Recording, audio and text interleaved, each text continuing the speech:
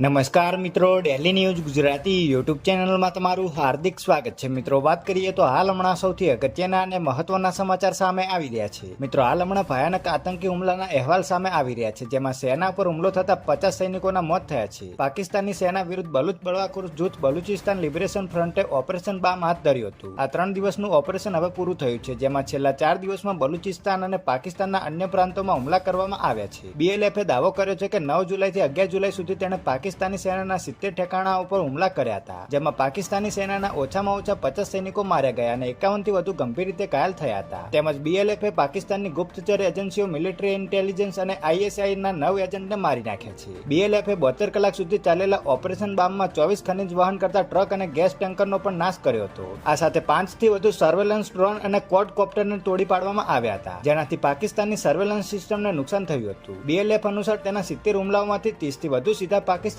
સેના અને સરહદ સુરક્ષા દળના કર્મચારીઓ પર કરવામાં આવ્યા હતા.